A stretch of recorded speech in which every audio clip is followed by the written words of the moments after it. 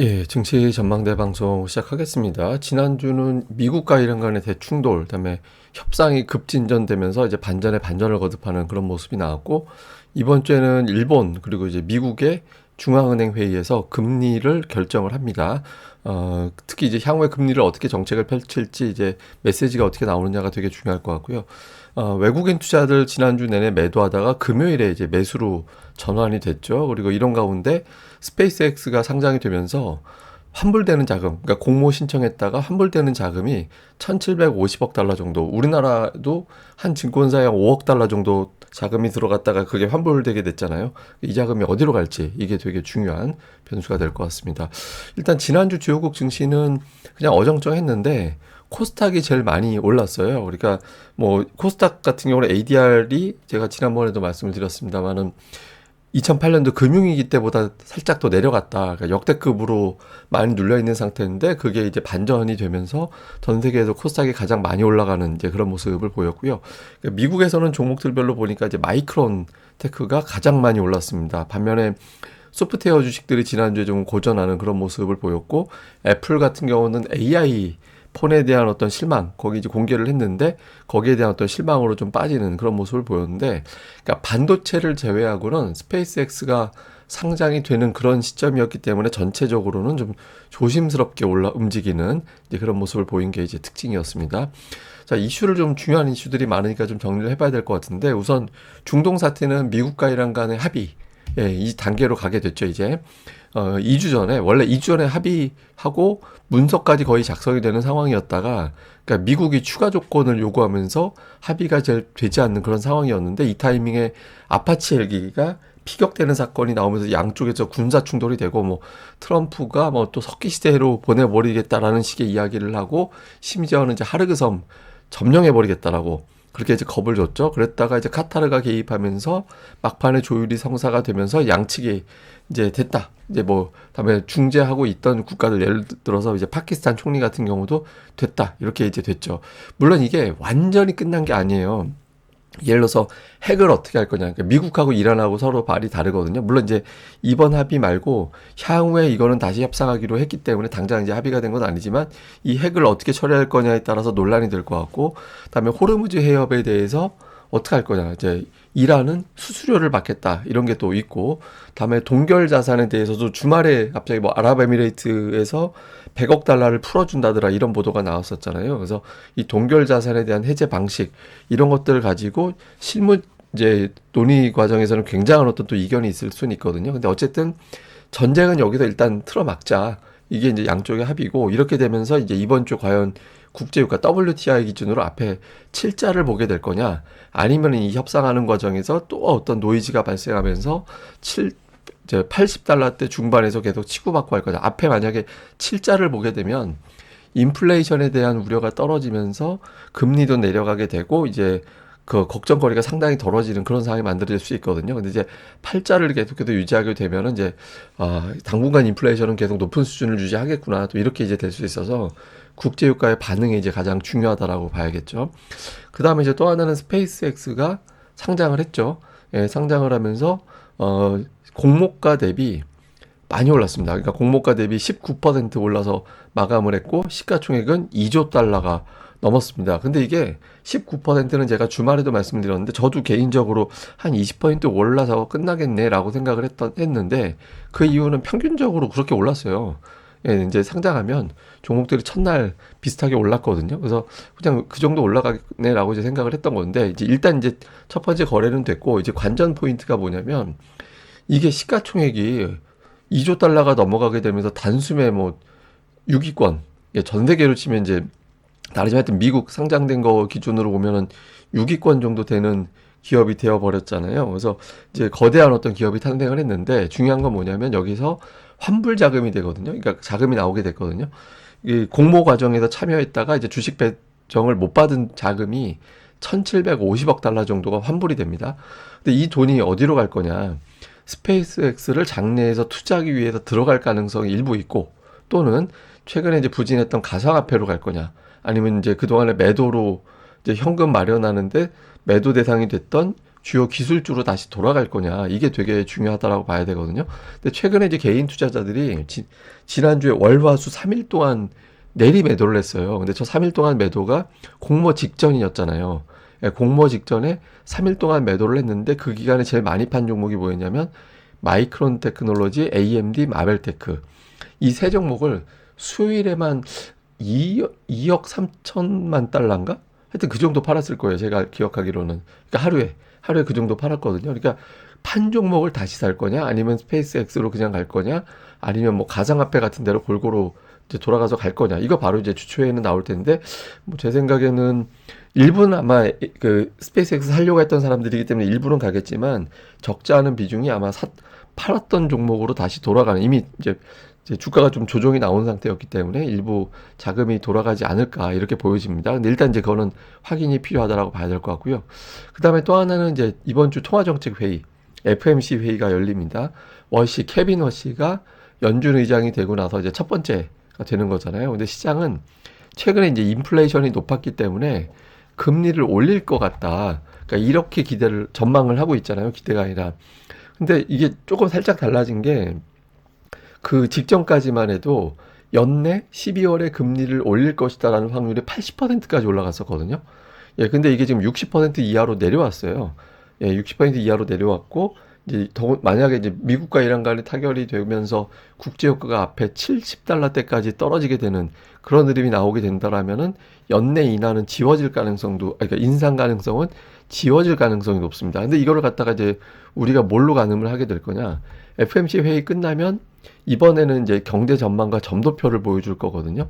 근데 물가 전망이 원래 지난 1월에 제시했던, 그러니까 지난번에 제시했던 건 3월에 PC가 이제 2.7%, 그 다음에 이제 근원도 2.7% 정도 전망을 했거든요. 근데 지금 말도 안 되게 올라가 있잖아요. 이걸 어느 정도 높여 잡을 거냐. 그 다음에 이제 금리를 어떻게 할 거냐. 지난번에는 연내 한 두어 번은 내릴 것 같아. 한두 번 정도는 내릴 것 같아.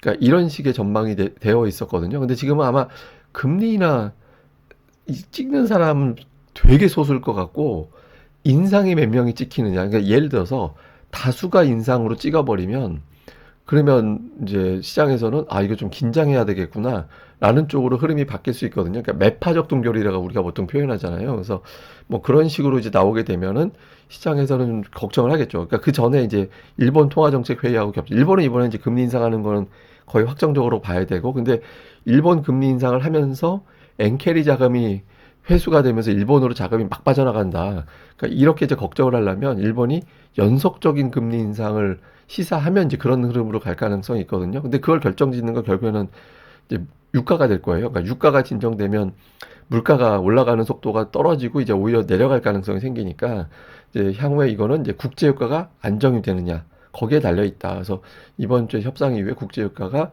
앞에 WTI가 7자를 보게 되느냐, 역시 이것도 그게 기준이 될 것 같습니다.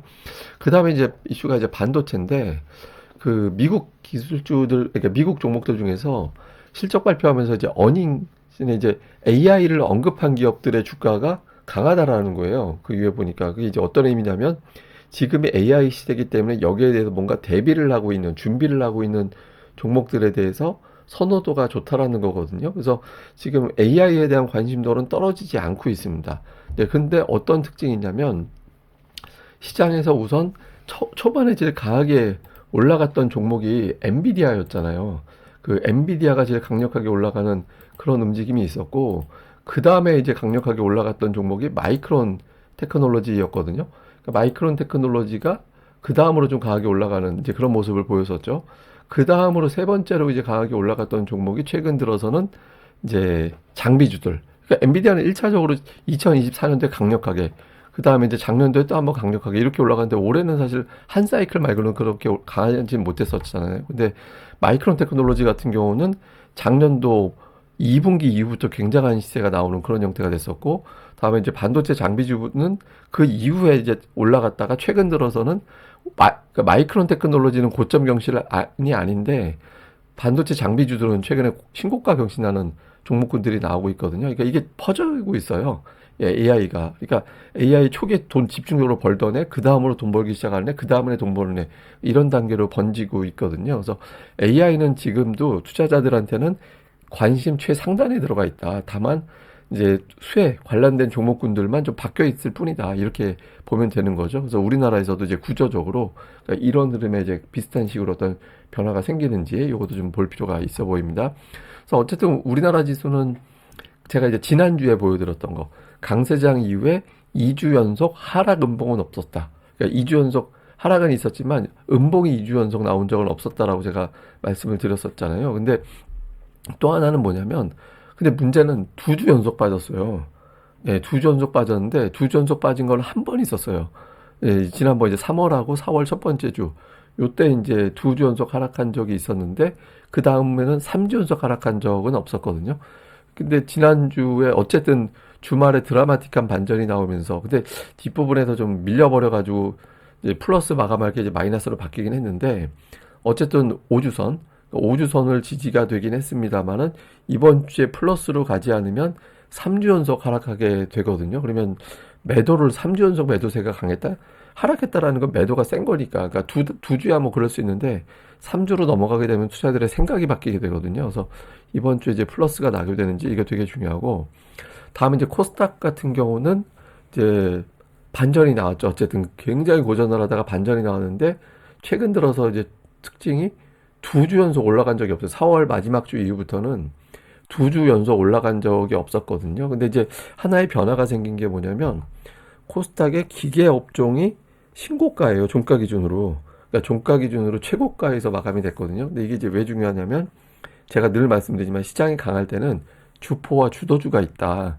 주포와 주도주가 존재하면 그 시장은 강세장이 되는 거다라고 그런 조건이 된다라고 말씀을 드렸잖아요. 근데 이제 기계 업종이 뭐냐면 원래는 기계 업종 구성 안에 들어가 있는 종목군들이 크게 두 개로 보면 됩니다. 반도체하고 로봇이거든요. 근데 지난주에 로봇이 강했던 건 아니었잖아요. 그러니까 반도체, 뭐 HPSP 이런 게 기계 업종으로 들어가요. 그러니까 이런 종목군들이 강하게 올라가면서 주도를 했죠. 그러니까 제가 표현 드릴 때 기준이 뭐냐. 일주일에 3일 이상 올라가네. 그리고 3일 연속 하락이 존재하지 않는 그런 흐름을 보이는 걸 우리가 주도주라고 하거든요. 그래서 이번 주에 이게 계속해서 올라가게 되면 이미 시가총액 탑10 안에 4종목이 들어와 버렸기 때문에 이게 주도주가 되면서 코스닥을 계속 끌어올리는 그런 계기가 되는 거고 만약에 그렇지 못하면 또 1050이 저항이 될 겁니다. 1050이 또 저항이 되면서 좀 밀릴 수 있거든요. 그래서 이번 주에 이제 뭐 주도주가 가고 보조 주도주가 딸려가고 이런 구도가 되는지 요거 되게 중요하고요. 수급 자체는 외국인들이 계속 팝니다. 엄청나게 파는데 다만 이제 지난주에 매도 규모는 좀 줄었죠. 그리고 지난주 금요일에 매수로 들어왔잖아요. 그러니까 금요일에 매수로 들어온 건 뭐 미국과 이란 간의 어떤 협상 가능성이 높아졌다라는 보도, 스페이스X 공모자 과정이 끝나면서 그 자금이 털려 나가던 게 이제 끝났다라는 거 등등 이제 그 이벤트 때문에 이제 바뀐 건데 어쨌든 저게 어떤 일정이 또 있었냐면은 6월 11일하고 12일하고 차이가 그 ETF 우리나라 이제 ETF 관련된 리밸런싱도 또 종료가 되는 그런 상황이었거든요. 그래서 이제 대형주 쪽에 조금 매도가 작동이 되는 게 있어서 뭐 비중이 초과되는 ETF에서 이제 정리를 하고 또 좀 덜 채워져 있는 쪽으로 가다가 이런 식으로 이제 수급 이벤트가 되게 많았어요. 이제 그런 것들이 다 이제 정리가 된 상태라서 특히 이제 스페이스X까지 지나가 버렸고 그래서 외국인 투자자들이 이제 추세적으로 매수하느냐 지금 저 정도 매수를 이틀 연속 한 적이 없잖아요. 그러니까 최근 들어서 그래서 월요일부터 요 구도 그러니까 만약에 외국인들이 매수로 들어온다라면 대형주 쪽은 수급이 상당히 좋아지면서 끌고 올라가는 흐름이 나올 가능성이 높죠. 근데 어쨌든 지난주 기준으로 보면은 SK하이닉스 강했고 GS건설 뭐 건설주 같은 경우는 재건 관련해서 건설 업종이 올라가는 그런 모습이 좀 있었거든요. 그래서 그런 것들 때문에 강하게 올라가는 그런 모습을 보였고, 근데 사실 하락 업종이 더 많았어요. 예, 이제 하락하는 종목군들이 되게 많았는데, 어쨌든 우리 증시에서는 이제 하이닉스가 이제 상대적으로 대형주 중에서 제일 강했고, 그다음에 재건 쪽이 지난주 후반 이후에 좀 꿈틀거리는 그런 모습을 좀 보였고요.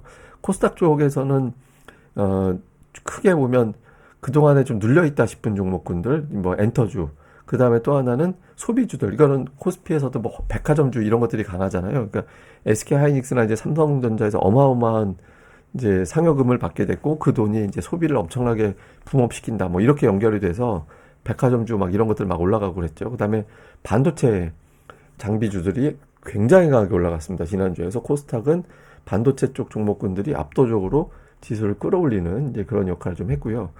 그래서 외국인들이 어떤 역할을 했나? 그러니까 보면은 지난주에도 매도 상위는 이제 반도체, 그러니까 삼성전자, 뭐 SK하이닉스 있고 SK하이닉스 지분 가지고 있는 SK스퀘어도 이제 매도가 했는데 주 중반 이후 후반부에는 이렇게 바뀌었거든요. 삼성전자 하이닉스를 사기도 하고 이렇게 바뀌었거든요. 그래서 이번 주에 외국인 투자자들이 두 종목을 주간 기준으로 순매수까지 돌릴 수 있겠느냐. 만약에 이제 순매수로 돌리게 되면 코스피 지수 자체는 굉장히 강하게 올라가는 이제 그런 기회가 되겠죠.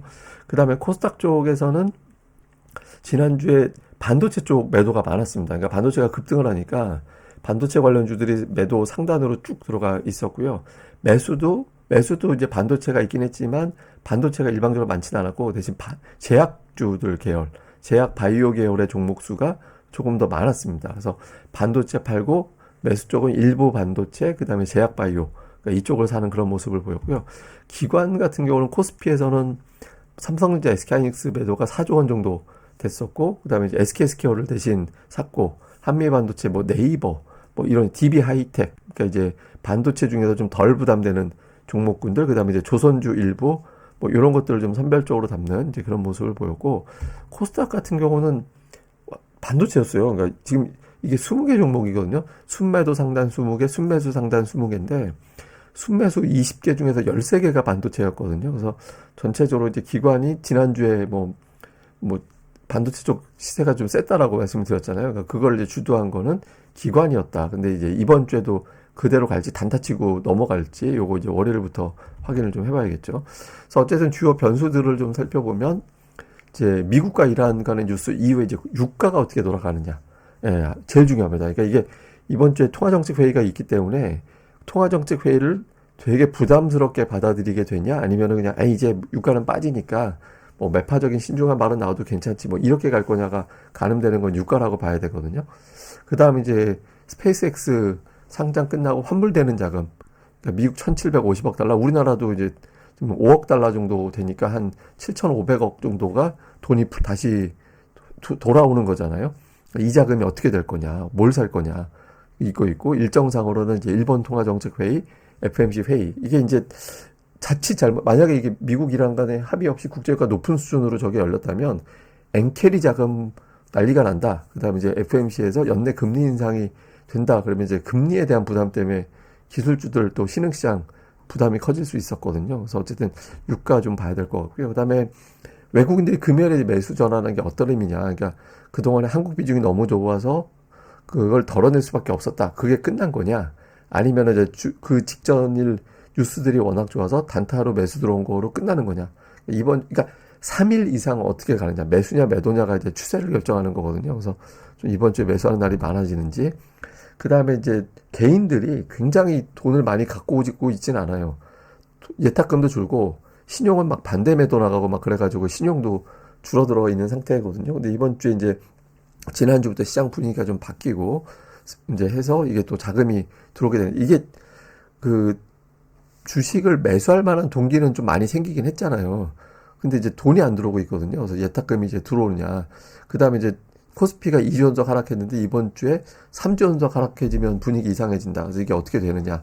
그 다음에 이제 지난주에 반도체 소부장, 그러니까 반도체 소재, 부품 장비 강했고, 백화점 같은 소비주 강했고, 주 후반에는 재건 관련된 종목군들이 또 강하게 올라가는 이제 그런 모습을 보였거든요. 그래서 요 흐름이 이제 그대로 가는지, 아니면 이제, 그러니까 유가가 만약에 떨어지게 되면 유가 하락, 금리 하락 이런 것들하고 연결고리 있는 종목군들 많이 있잖아요. 그래서 그런 쪽으로 이제 분산이 되는지, 그러니까 이것도 좀 잘 봐야 될 것 같습니다. 뭐 제가 이제 지난주에 보여드렸던 차트가 이건데 그대로 다시 보여드리면 하이닉스가 대략적으로 23% 정도, 그러니까 25 플러스 마이너스 2% 정도면 최대 조정이 나오고 그다음부터 돌렸다. 근데 이번에 이제 피크 대비 저점이 23% 정도, 근처 정도 빠져서 요거가 이제 저점이 돼야 된다. 안 그러면은 우리가 모르는 뭔가가 또 있는 거고, 아니면 대장주가 추세가 깨진 거일 수도 있다. 이렇게 이제 설명을 드렸잖아요. 근데 다행히 이제 데이터대로 움직였죠. 23%가 저점이 되면서 하이닉스가 이제 올라갔거든요. 이거 이제 저 종가는 지난주 제가 일부러 차트 그대로 보여드린 겁니다. 근데 갑자기 돌발 뉴스가 하나 나왔잖아요. 금요일에 잘 나가다가 갑자기 주가가 이제 쭉 빠지는 모습이 나왔었죠. 한때.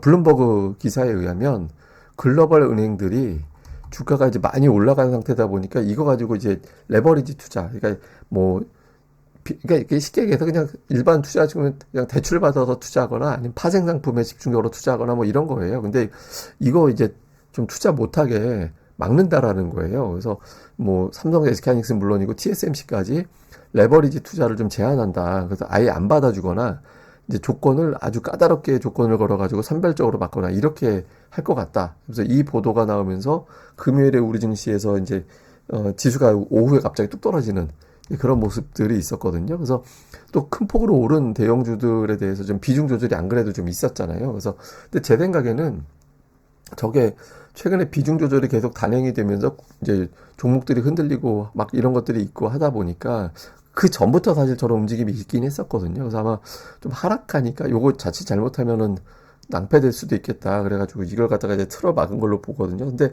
이게 과연 심각할 거냐. 근데 저게 레버리지, 헤지펀드들이 레버리지 상품 뭐 스왑 거래 뭐 이런 게 증시 끌어올리는 매수 전체 수급에서 압도적인 비중은 아니다라고 봐야 되거든요. 그래서 물론 이제 저거를 IB들이 했다라는 거는 지금 좀 변동성이 부담되니까 일부에서는 고점 신호구나 이렇게 해석하는 사람들이 분명히 있을 거고 그것 때문에 시장이 흔들릴 수는 있을 거예요. 근데 그 IB들이 제시하는 보고서에서는 이런 종목군들에 대해서는 아직까지 목표 주가 대비 한참 아래거든요. 그래서 이게 단기적인 어떤 이슈, 수급적인 흔들림은 되겠지만 이제 큰 흐름을 뒤집을 정도는 아니지 않나 이렇게 이제 봐서 이제 단기적으로 조금 이제 걸리적거리는 뉴스 정도로 작용할 것 같이 보이긴 합니다. 근데 어쨌든 이런 뉴스가 나왔기 때문에 근데 이게 자꾸 뭔가 긁는 뉴스가 연속적으로 나올 수도 있거든요. 그래서 혹시라도 뭐가 좀 비슷한 성격의 뉴스가 나오는지는 계속해서 체크를 해보고 내용 나올 때마다 전달해 드리겠습니다. 그리고 이제 텔레그램 자꾸 물어보셔가지고 이제 그 한 번 더 설명드리면 제 텔레그램 채널 주소는 시황맨 SHM 이제 시황맨의 주식 이야기니까 SHM 스토리예요. 예, 그래서 이제 텔레그램 하시는 분들은 SHM 스토리 저걸 갖다가 이제 검색을 하시면 아마 들어오실 수 있을 거예요. 이게 뭐 대단한 게 있는 게 아니라 그냥 저 텍스트로 데일리 시황 올리고 뭐 이렇게 갑자기 속보 나오는 거 올려드리고 뭐 그 정도라서 뭐 이게 뭐 대단한 저기가 아니고 뭐 무슨 이게 텔레그램 방에서 무슨 저기 뭐 리딩 방하고 그런 걸로 오해하시는 거 같은 그런 게 아니라 그냥 저기 시황하고 장중 속보 중에서 조금 제가 막 이렇게 해외 쪽 X 이런 거 되게 많이 보거든요. 그래서 그런 거 나올 때 왜 빠지지 하고 할 때 전달해 드리는 게 전부라서 하여튼 요거니까 뭐 이렇게 대단한 걸로 자꾸 오해하시는 것 같은데 그런 건 아닙니다. 근데 자꾸 이제 물어보신다고 하셔서 저걸 올렸습니다. 예, 그럼 또 이번 한 주 또 잘 보내시고요. 저는 또 다음에 뵙겠습니다. 그리고 어제 제가 이제 그 저기 충청도에서 카페 하시는 사장님한테 감사하다고 말씀드렸더니 다른 분들이 또 저기 몰렸다고 하셔가지고 하여튼 제가 댓글 어제는 좀 봤어요. 근데 그걸 갖다가 성격적으로 제가 이렇게 막 고마워하고 그 표현을 잘 못해요. 예, 못하는 성격이라서 그냥 하여튼 마음은 그게 아닌데 제가 잘 그렇게 얘기를 못하는 성격이니까 좀 그러려니 하시고 하여튼 근데 되게 고맙게 생각하거든요. 예, 어떤 분은 매일 올리시는 분 계신 것도 제가 알게 됐어요, 이번에. 예, 그래서 되게 고맙게 생각을 하고 있는데 제가 그걸 표현을 못 적어서 못하니까 그냥 그런가 보다. 제가 되게 속으로 고마워하는데 말을 못하는구나 정도로 생각해 주시면 좋을 것 같습니다. 예, 저는 또 다음에 뵙겠습니다. 이 방송 구독하기 하고 좋아요 꼭 좀 부탁드립니다. 감사합니다.